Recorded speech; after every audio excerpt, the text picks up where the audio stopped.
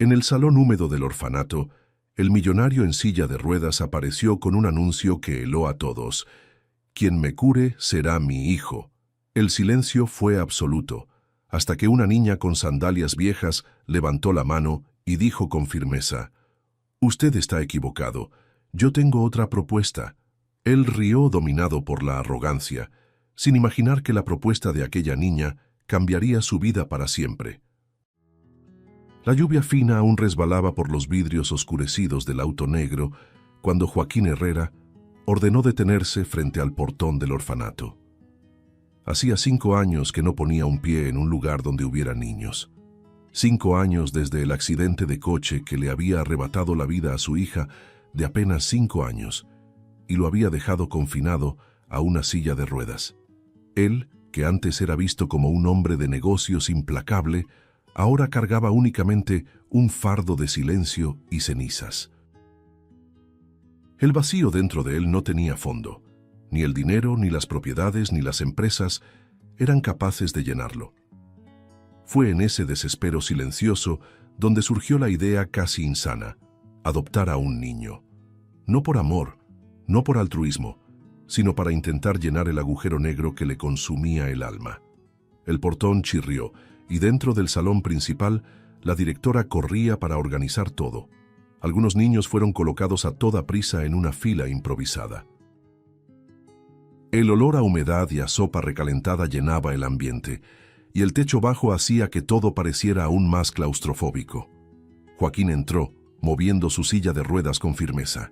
El saco impecable contrastaba con la decadencia a su alrededor, pero nada llamaba más la atención que su mirada, dura, pesada, como si fuese incapaz de quebrarse otra vez.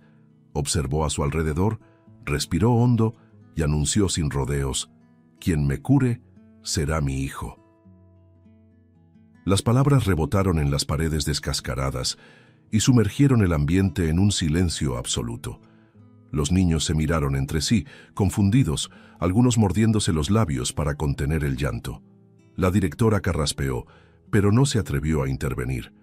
Joaquín permaneció firme, casi desafiante. Dentro de sí pensaba: «No quiero perder tiempo eligiendo. Si alguno logra traerme de regreso, será la prueba de que es el indicado». Fue entonces cuando una pequeña figura dio un paso al frente. La niña tenía la piel morena, el cabello rizado atado en mechones desordenados, y vestía una camiseta gastada con una mancha roja en el pecho, además de un short viejo y sandalias deterioradas. El detalle, sin embargo, fue el gesto que congeló a todos. Levantó el dedo índice, pidiendo la palabra como si estuviera en una clase, pero su mirada fija y decidida decía mucho más que el gesto infantil. La autoridad silenciosa de ese movimiento hacía parecer que el derecho a hablar ya le pertenecía. «Eso no está bien», dijo Manuela con voz clara sin titubear. Joaquín la observó incrédulo, cruzando los brazos con más fuerza. «¿Cómo dices?», replicó, arqueando una ceja, irritado porque alguien tan pequeña se atreviera a cuestionarlo. «Usted no puede decidir así», respondió Manuela, manteniendo el dedo levantado un instante antes de bajarlo despacio. «La adopción no es un premio ni una apuesta. Aquí no se trata de juguetes, son vidas. El corazón es quien elige, no una condición». La niña no apartaba la mirada, y eso incomodaba a Joaquín más de lo que estaba dispuesto a admitir. Frunció el ceño, intentando mantener el tono frío. «¿Entonces piensas que estoy equivocado? Perdí a mi hija, niña. ¿Sabes lo que es sentir ese vacío todos los días? ¿Sabes lo que es despertar y darte cuenta de que nunca más escucharás la risa de quien más amabas?» Las palabras se escaparon casi como un desahogo, pero enseguida retomó la rigidez. «Si una de ustedes me cura, eso bastará». Manuela respiró hondo, firme, sin temer el peso que llevaban esas frases. «Usted cree que solo necesita una cura rápida, pero el dolor no desaparece así. Necesita ser vivido. Si usted no está dispuesto a vivir todo el proceso, nunca llenará ese vacío». El contraste era brutal. Un millonario endurecido por la tragedia frente a una niña frágil que hablaba con la sabiduría de quien ya había sufrido demasiado. Joaquín la miró por largos segundos, desconcertado. Su instinto le gritaba que la contradijera, pero había algo en aquella respuesta que latía dentro de él, como una herida tocada por primera vez. Desvió la mirada, movió nerviosamente los dedos sobre los brazos de la silla y por primera vez en mucho tiempo sintió que no tenía el control de la situación. Mientras el silencio se reinstalaba, solo una certeza quedó clara en su mente. Esa niña había conseguido atravesar sus murallas de hielo. Y contra su propia voluntad, no podía dejar de pensar en lo que ella acababa de decir. En los días que siguieron, Joaquín intentó convencerse de que debía olvidar lo que había escuchado de aquella niña de mirada firme y dedo levantado. Sin embargo, algo en él no lo dejaba en paz. Aquellas palabras sencillas, dichas con la valentía de quien no tiene nada que perder, seguían latiendo como una herida abierta. Sin saber explicar por qué, regresó al orfanato. La silla de ruedas cruzó de nuevo el portón oxidado, y esta vez, la expectativa no era de superioridad, sino de curiosidad. Era como si una parte de él buscara comprender qué había en aquel lugar que había logrado romper su armadura fría. Fue Manuela quien lo recibió. Su semblante era serio, pero los ojos guardaban una chispa de acogimiento, como si reconociera que él había dado un paso importante simplemente por volver. ¿Quiere conocer nuestro mundo de verdad?, preguntó señalando los pasillos estrechos que olían a humedad. Joaquín vaciló un instante, pero terminó asintiendo con la cabeza. La niña caminaba descalza, sin miedo, guiándolo por un universo que no tenía nada de dorado ni pulido, pero que latía humanidad. El primer cuarto que atravesaron era pequeño, con 4 camas de hierro oxidadas y colchones gastados. Allí, sentado en el suelo, estaba Diego, un niño de cabellos claros y mirada distante. En las manos doblaba cuidadosamente un pedazo de papel rasgado, transformándolo en un avión.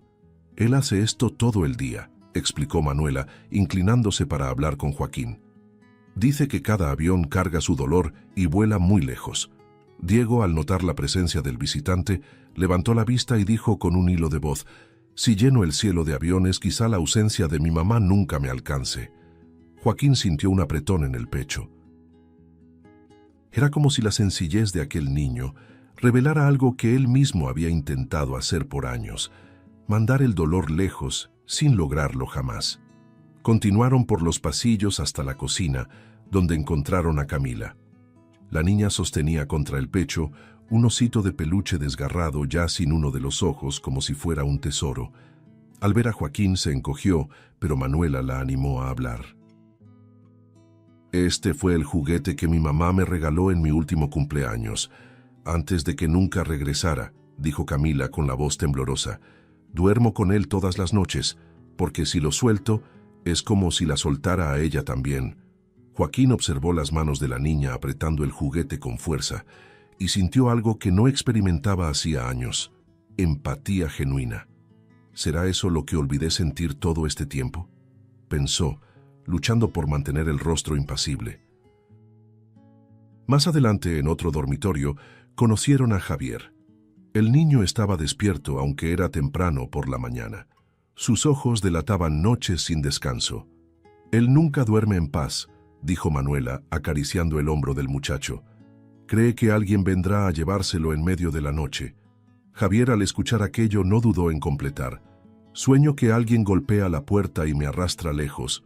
Cuando despierto, aún siento el miedo en el cuerpo». Joaquín tragó saliva con dificultad. Por primera vez, comprendió que las sombras de la soledad no eran exclusivas de él. Allí, cada niño luchaba contra fantasmas que parecían más grandes que sus propias fuerzas. Con cada relato, la frialdad de Joaquín parecía ceder, como el hielo que empieza a derretirse bajo un sol inesperado. Se descubrió inclinando el cuerpo hacia adelante, ansioso por escuchar más, sintiendo un nudo crecer en la garganta. «¿Cómo logran seguir?», murmuró sin darse cuenta de que hablaba en voz alta. Manuela lo miró a los ojos y respondió: con la serenidad que solo ella parecía tener. Seguimos porque no tenemos opción, y porque, aunque nadie lo crea, todavía esperamos que alguien venga a vernos de verdad. Aquellas palabras resonaron en la mente de Joaquín como un martillo. Se dio cuenta de que no estaba allí solo para buscar a alguien que llenara el vacío de su hija perdida. Había algo mucho más grande frente a él, un universo entero de dolores y resistencias, de pequeños corazones intentando sobrevivir al abandono. Y en ese instante, contra su voluntad, sintió que una chispa de vida se encendía dentro de su pecho. No sabía explicar por qué, pero era como si Manuela tuviera razón, como si apenas estuviera comenzando un proceso que jamás habría imaginado iniciar. A la mañana siguiente, Joaquín apareció en el patio del orfanato más temprano de lo habitual. El sol apenas asomaba, y la neblina aún se aferraba a los árboles retorcidos alrededor del terreno. Se veía inquieto, girando levemente las ruedas de la silla sin rumbo, como quien intenta huir de sí mismo. Fue entonces cuando vio a Manuela sentada en un banco de madera gastado, con un cuaderno en el regazo. Ella levantó los ojos y sonrió suavemente, como si ya supiera que él necesitaba hablar. Sin invitación formal, Joaquín se acercó y se estacionó a su lado. Durante algunos segundos guardó silencio, escuchando solamente el silbido del viento entre las grietas del edificio decadente. «Debes preguntarte por qué soy así», murmuró finalmente, con la voz ronca. Manuela solo lo miró, sin prisa, como esperando a que él decidiera hasta dónde estaba dispuesto a abrirse. «Yo no era frío, no siempre. Tenía una hija, ¿sabes? 5 años. Su risa era como música en casa. Pero en un instante, todo desapareció». Cerró los ojos por un momento, la memoria del accidente regresando como un golpe seco, el coche destrozado, el grito cortado en el aire y el silencio sepulcral que le siguió. Ella se fue, y yo quedé atrapado aquí, atrapado en este cuerpo, atrapado en esta vida sin color. Manuela bajó el cuaderno posando sus pequeñas manos sobre el regazo. No dijo nada, solo inclinó levemente la cabeza, invitándolo a continuar. Joaquín respiró hondo, sintiendo que el pecho le ardía. Desde ese día, todo en mí murió junto con ella. Me volví gris, sin alma, sin nada. Creí que si encontraba a alguien, un niño que pudiera ocupar el espacio que ella dejó, quizá podría volver a respirar. La voz se le quebró y trató de disimular tosiendo, pero Manuela, con calma, simplemente extendió la mano y tocó la de él. Por un instante, Joaquín pensó en apartarla. El contacto era demasiado delicado, casi insoportable para alguien que se había acostumbrado al hielo.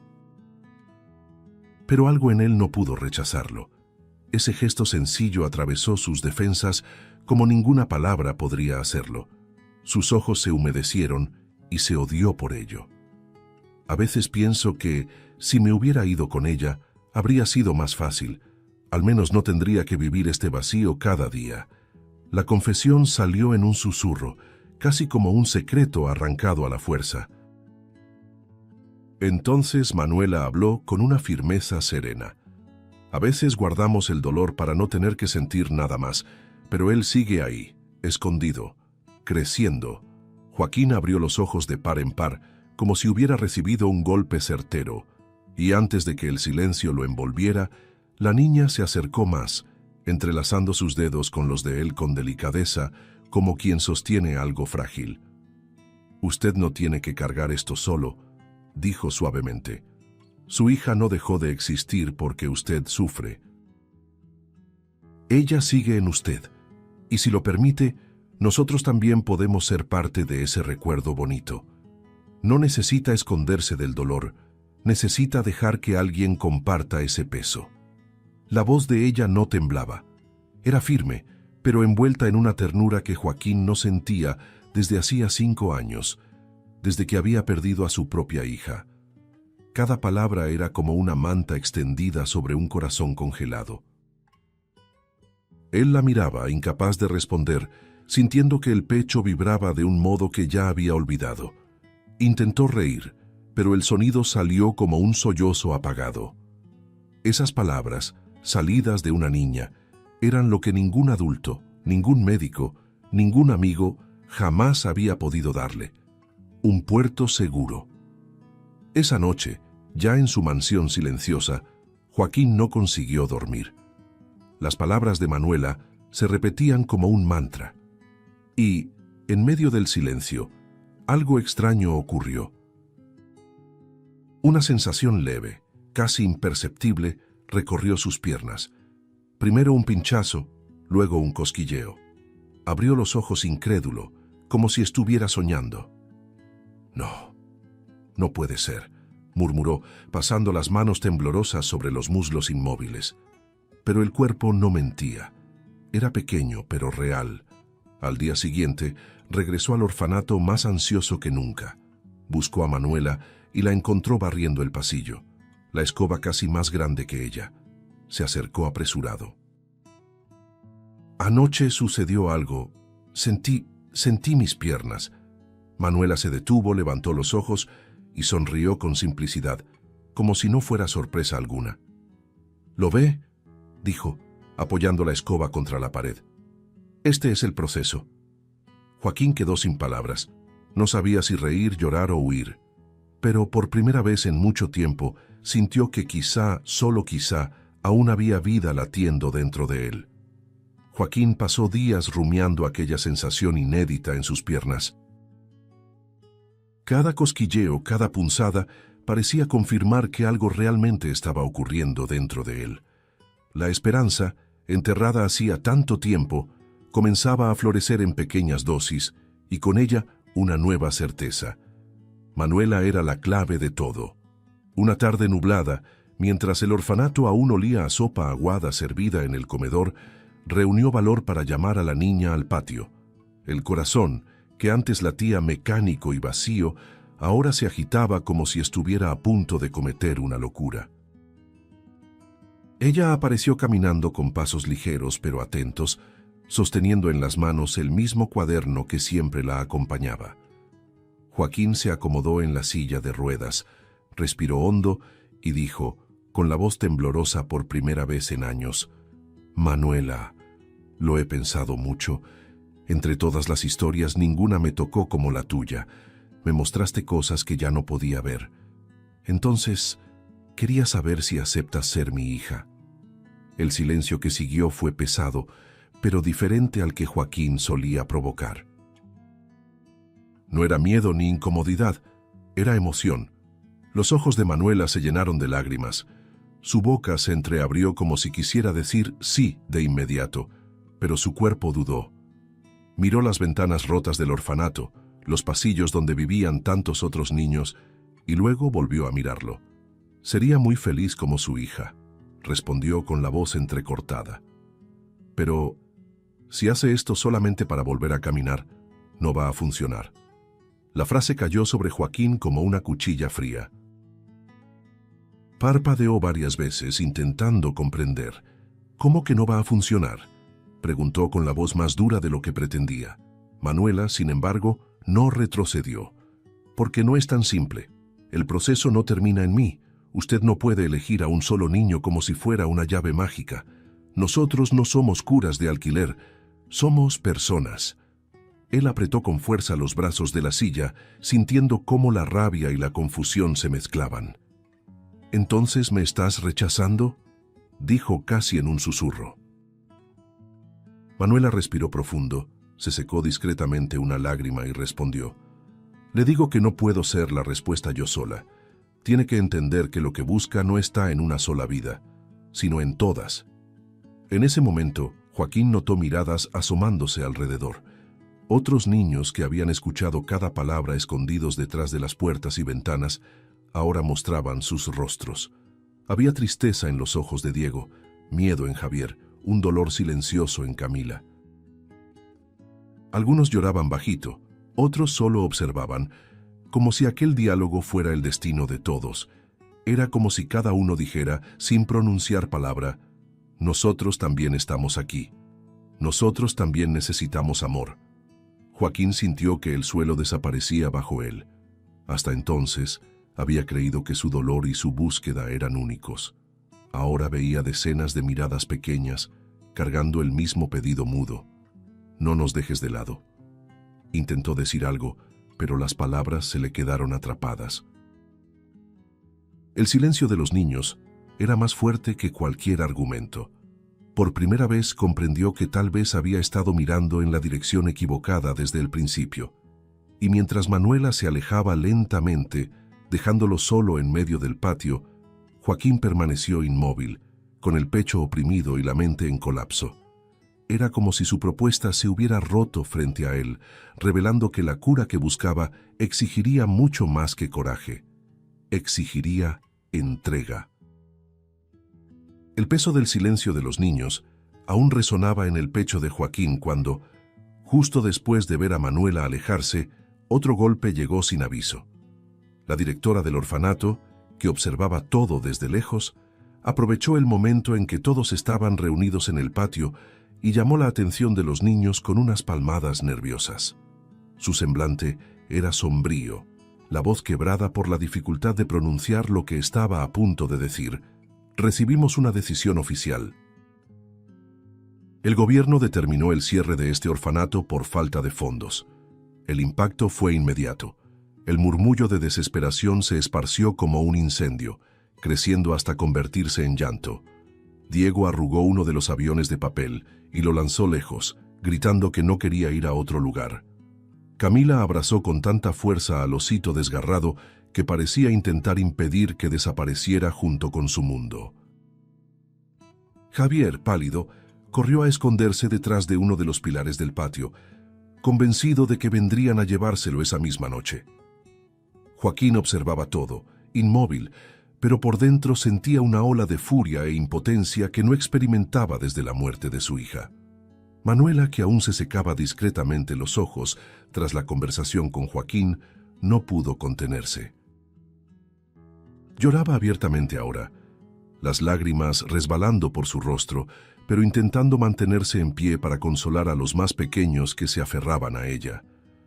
Joaquín la vio abrazar a dos niños al mismo tiempo, murmurando palabras de esperanza en las que ni ella misma creía ya. Ese gesto lo atravesó como una flecha. No puedo dejar que esto suceda, pensó, sintiendo que el corazón latía más fuerte de lo que su razón permitía. Esa misma noche, Joaquín llamó a sus contactos.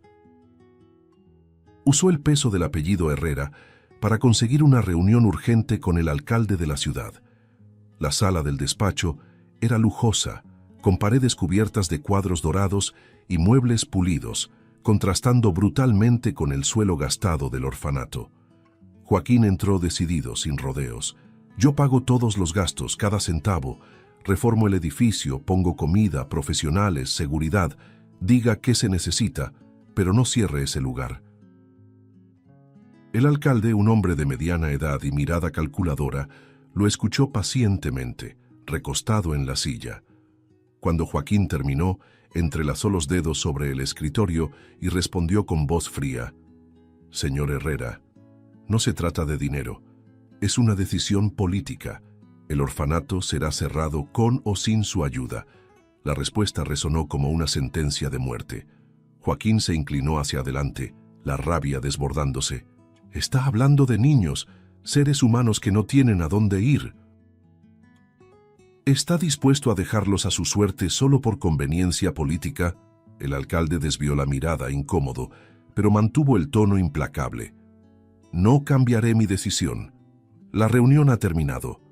Al salir del despacho, Joaquín salió a la calle con el rostro endurecido, el viento frío golpeando su costoso saco, pero sin lograr enfriar el fuego que ardía dentro de él.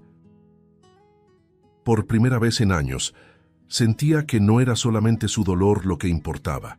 Eran los dolores de todos aquellos pequeños que ahora corrían el riesgo de ser dispersados por el mundo, perdiendo lo poco de familia que habían encontrado entre sí. Mientras el auto avanzaba por las calles de la ciudad, Joaquín miraba por la ventana con los puños cerrados y se hizo una promesa silenciosa. No importaba cuánto costara, no permitiría que esos niños fueran lanzados a la calle. El coche de Joaquín Apenas se había detenido frente al portón del orfanato cuando percibió el ambiente pesado que envolvía el lugar. La decisión del alcalde, que aún resonaba en su mente como un veredicto cruel, parecía haber caído sobre aquellas paredes cansadas como el último martillazo de un destino injusto. Al entrar al patio, se encontró con un escenario desolador. Niños dispersos en pequeños grupos, llorando, abrazándose unos a otros como si el simple contacto pudiera impedir que fueran arrancados de aquel sitio que, a pesar de la pobreza, era el único hogar que conocían. Camila estaba encogida en un rincón, los ojos enrojecidos de tanto llorar, aferrada al osito de peluche que parecía ser su tabla de salvación. Diego pateaba los restos de sus avioncitos de papel, rompiéndolos en pedazos como si quisiera destruir los sueños en los que ya no creía. Javier, por su parte, se había escondido detrás de una de las columnas, murmurando bajito que no dejaría que nadie se lo llevara, repitiendo como una plegaria el miedo que cargaba noche tras noche. La escena fue tan devastadora que Joaquín tuvo que parpadear varias veces para contener su propia emoción. Se acercó lentamente, las ruedas de la silla crujiendo sobre el suelo de piedra. Los niños callaron, levantando hacia él sus ojos húmedos, como si esperaran escuchar una última sentencia. Manuela, de pie entre los más pequeños, tenía el rostro endurecido por el dolor, pero aún intentaba ser un faro de calma para quienes lloraban a su alrededor. Cuando Joaquín se detuvo frente a ellos, el silencio se volvió absoluto, pesado, insoportable. Respirando hondo, dejó que las palabras salieran con fuerza, casi como un grito del corazón. No logré impedir que cerraran el orfanato. Hice todo lo que estuvo a mi alcance. Enfrenté al alcalde, ofrecí todo lo que tengo. Pero él no cedió. Los niños bajaron la cabeza, algunos sollozando fuerte, otros solo balanceándose como si el mundo estuviera terminando. Joaquín sintió un nudo en la garganta, pero continuó. Pero escúchenme bien, eso no significa que van a ser abandonados.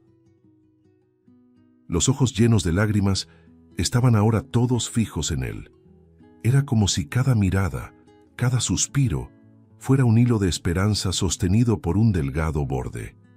Joaquín apretó los puños, respiró hondo y con voz firme anunció: «Si ya no pueden quedarse aquí, entonces yo los voy a adoptar a todos». El shock fue inmediato. Un silencio absoluto cubrió el patio, seguido de murmullos de incredulidad. Diego abrió los ojos de par en par, dejando escapar un «¿todos nosotros?» casi inaudible. Camila abrazó aún más fuerte a su osito, sin saber si creer. Javier salió de detrás de la columna, mirándolo como si intentara descifrar si aquello era real o solo una promesa vacía. Incluso los más pequeños, que apenas entendían la gravedad de la situación, dejaron de llorar atentos. Manuela, sin embargo, fue la primera en reaccionar. Una sonrisa brotó en su rostro. No una de sorpresa, sino de reconocimiento, como si siempre hubiera sabido que ese era el camino. Acercándose, murmuró: «Usted lo dice en serio, ¿verdad?». Joaquín la miró directamente a los ojos, sintiendo una llama que no experimentaba hacía años ardiendo en su pecho. El alcalde puede cerrar el edificio, puede llevarse las paredes, los muebles, los pasillos, pero no puede impedirme ser su padre. Eso nadie puede. Las palabras resonaron en el aire como una promesa sagrada. Algunos niños comenzaron a llorar de nuevo, pero esta vez no de desesperación, sino de algo que hacía mucho no sentían: esperanza. Se abrazaron entre sí, aún incrédulos, pero ya permitiendo que esa posibilidad los envolviera. Joaquín, por su parte, sintió que las lágrimas se escapaban, pero no intentó contenerlas. Al fin y al cabo, era allí, frente a tantas miradas frágiles, donde finalmente encontraba un propósito mayor que su propio dolor. La promesa de Joaquín no tardó en convertirse en un torbellino. El anuncio de que un millonario en silla de ruedas pretendía adoptar a todos los niños de un orfanato en colapso cayó en los periódicos como una bomba. Los titulares sensacionalistas lo describían como loco, imprudente, un hombre intentando comprar afecto. Las autoridades reaccionaron de inmediato, alegando que tal solicitud era jurídicamente imposible, que no había precedentes, que era una irresponsabilidad ante la ley. Pero Joaquín no retrocedió. Dentro de él había una nueva fuerza, alimentada por el brillo de esperanza que había visto en los ojos de aquellos niños. El caso llegó al tribunal. El edificio imponente, con columnas de mármol y puertas pesadas, parecía preparado para una decisión que haría historia. En la sala abarrotada no estaban solo periodistas y autoridades, todos los niños del orfanato habían sido llevados hasta allí. Ocupaban filas enteras, tomados de las manos, algunos con miedo, otros esperanzados, pero todos con los ojos fijos en Joaquín. Él entró siendo empujado por un asistente, pero su postura erguida y la mirada decidida lo hacían parecer más grande que la silla en la que estaba confinado. El juez, un hombre adusto, abrió la sesión con rigidez. Lo que tenemos aquí es una solicitud inédita, sin base legal clara. Un solo hombre no puede responsabilizarse de decenas de menores. Es imprudencia, un desvarío. Un murmullo recorrió la sala, pero cuando Joaquín pidió la palabra, el silencio cayó, denso y expectante. Respiró hondo y habló, la voz firme a pesar de las manos temblorosas. Excelencia, no estoy aquí para salvar a estos niños. Estoy aquí porque ellos me salvaron primero a mí. Diego me recordó que aún es posible soñar, incluso cuando solo se tiene un pedazo de papel. Camila me mostró que el amor sobrevive, aunque esté atrapado en un osito desgarrado. Javier me enseñó que enfrentar el miedo cada noche exige más valor del que cualquier fortuna puede comprar. A cada nombre citado, los pequeños levantaban el rostro, confirmando con lágrimas o sonrisas tímidas. Prosiguió. Yo no soy un héroe, no soy un santo, soy solo un hombre roto, intentando volverse alguien mejor a través de ellos. Estos niños no necesitan caridad, necesitan familia. Y yo los necesito tanto como ellos me necesitan a mí. Su voz se quebró, pero fue en ese instante cuando ocurrió algo inesperado. Una de las niñas, la pequeña Camila, se levantó tímidamente de la fila y dijo con voz fina, «Yo quiero que él sea mi papá». Toda la sala quedó en shock. Poco después, Diego levantó los avioncitos de papel arrugados y gritó, «Yo también quiero». El gesto desató una ola. Una a una, las voces infantiles se alzaron hasta que todas gritaban juntas en un coro emocionado, «Lo queremos a él, queremos ser sus hijos». El tribunal, acostumbrado a la frialdad de los procesos legales, se transformó en un escenario de emoción. Los periodistas dejaron caer sus libretas, algunas personas lloraban abiertamente. El propio juez, antes impenetrable, se quitó los lentes para secarse discretamente los ojos. Miró a Joaquín, luego al mar de niños clamando al unísono, y su expresión endurecida se quebró. El silencio volvió de repente, pesado, como si todos esperaran el veredicto. El juez carraspeó, respiró hondo y dijo con voz conmovida, «El tribunal no puede ignorar lo que ha visto y escuchado aquí hoy». Hizo una pausa larga, casi cruel, mirando a los ojos de cada niño. Solicitud concedida. El señor Joaquín Herrera es, a partir de este momento, padre legal de todos los niños del orfanato. El eco de la decisión del juez aún reverberaba en la sala cuando el silencio dio paso a un torbellino. Los niños empezaron a llorar, algunos reían entre lágrimas y otros se levantaron de las sillas con un ímpetu incontrolable. Camila fue la primera en correr, con el osito desgarrado bamboleando en sus brazos. Poco después, Diego dejó caer uno de sus avioncitos de papel y salió disparado por el pasillo. En cuestión de segundos, todos los niños estaban fuera de sus filas, atravesando el tribunal en euforia. La prensa, atónita, soltó cámaras y micrófonos, registrando con ojos húmedos lo que ningún equipo era capaz de traducir. Lo rodearon, empujándose, abrazándolo de todos lados, gritando en coro: «¡Papá! ¡Papá! ¡Papá!». La palabra, repetida tantas veces, perforaba cada capa de la armadura que él había construido alrededor de su corazón. Joaquín levantó los brazos, intentando abrazarlos a todos al mismo tiempo, pero eran demasiados. Cuerpos pequeños, manos frágiles, lágrimas calientes que se deslizaban sobre su ropa impecable. Cerró los ojos y por un instante parecía que el tiempo se había detenido. La sala del tribunal se había convertido en un hogar. Fue en ese abrazo colectivo que algo imposible comenzó a suceder. Primero, un leve calor recorrió las piernas que durante años habían sido solo silencio y peso muerto. Joaquín abrió los ojos, sorprendido, pero no dijo nada.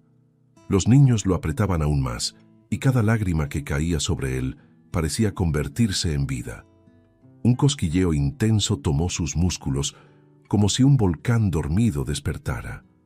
Respiró hondo, temblando, intentando creer. Algunos periodistas se dieron cuenta de que algo pasaba. El juez, aún sentado, observaba atónito, con los lentes en la mano, incapaz de intervenir. Joaquín sintió un espasmo, rápido pero real. Sus piernas se estremecieron bajo el pantalón oscuro. «No, no puede ser», murmuró con la voz entrecortada. Los niños no lo entendieron de inmediato, pero Manuela, que estaba justo frente a él, notó el brillo distinto en su mirada. Ella tomó sus manos y con los ojos llenos de lágrimas susurró: «¿Lo ve? Este es el proceso». Todo el tribunal contuvo la respiración. Joaquín apoyó las manos en los brazos de la silla, con el cuerpo entero en tensión. El cosquilleo se transformó en fuerza, y con un esfuerzo que parecía imposible, empezó a levantarse. Primero unos centímetros, el público ya en shock, luego, lentamente, hasta quedar totalmente de pie. El estruendo que llenó la sala fue indescriptible: gritos, aplausos, sollozos. Los periodistas grababan entre lágrimas, los abogados se ponían de pie en señal de respeto, y el juez, emocionado, golpeó el mazo nuevamente, como si confirmara no solo una decisión legal, sino la validación de un milagro. Los niños estallaron en gritos de alegría. Diego tomó su mano, Camila se colgó de su cintura, Javier lo miraba como quien presencia algo divino. Joaquín, tambaleante pero firme, los abrazó a todos, dejando que el peso de ellos lo sostuviera más que sus propias piernas. El hombre que había llegado a ese tribunal como un millonario roto, ahora estaba de pie, rodeado no de cifras ni de poder, sino de hijos, decenas de ellos, que ahora le daban un nuevo nombre: Padre. El mundo allá afuera podía llamarlo imposible, pero dentro de ese tribunal, frente a testigos, cámaras y corazones, un milagro había ocurrido. Joaquín no solo había ganado una familia entera, había renacido con ella. La noticia se esparció por el país en cuestión de horas. El milagro ocurrido dentro del tribunal fue transmitido por la televisión, descrito en los periódicos e inundó las redes sociales. Pero nada de eso se comparaba con lo que sucedía dentro de la mansión de Joaquín Herrera días después. Aquella casa que antes era un mausoleo, pasillos silenciosos, ventanas cerradas y muebles caros cubiertos de polvo, ahora parecía latir como un corazón recién despertado. Las risas resonaban por los salones, pasos apresurados corrían de un lado a otro, juguetes estaban esparcidos sobre las alfombras persas y hasta los cuadros antiguos en las paredes parecían más vivos ante la presencia de los niños. Camila no soltaba a su osito, pero ahora lo compartía con muñecas nuevas que alineaba en el suelo mientras cantaba bajito, alargando las notas como si fuera la dueña de un pequeño coro. Diego transformaba el jardín en pista de vuelo para decenas de avioncitos de papel, corriendo por el césped con una libertad que nunca había conocido. Javier, antes prisionero de pesadillas, ahora dormía tranquilo, muchas veces en el sofá de la sala, abrazado a una manta suave, rodeado por el sonido de otros respirando cerca, finalmente sin miedo a ser llevado lejos, y estaba Manuela. Siempre con su cuaderno en mano, ahora lo usaba no solo para escribir sus propias historias, sino para dibujar los nuevos capítulos de aquella familia improbable. Joaquín la observaba una tarde, sentada en la terraza, garabateando mientras los otros niños jugaban en el jardín. Se acercó en silencio, aún acostumbrándose al peso de sus propias piernas, y ella levantó el rostro hacia él, sonriendo como quien siempre supo que ese momento llegaría. «Está diferente, ¿verdad?», dijo, cerrando el cuaderno y apoyándolo en el regazo. Joaquín asintió emocionado. «Diferente, sí, vivo. Tú trajiste la vida de regreso a este lugar y a mí». El millonario, antes prisionero del dolor, ahora caminaba libremente por los cuartos que habían sido su prisión dorada.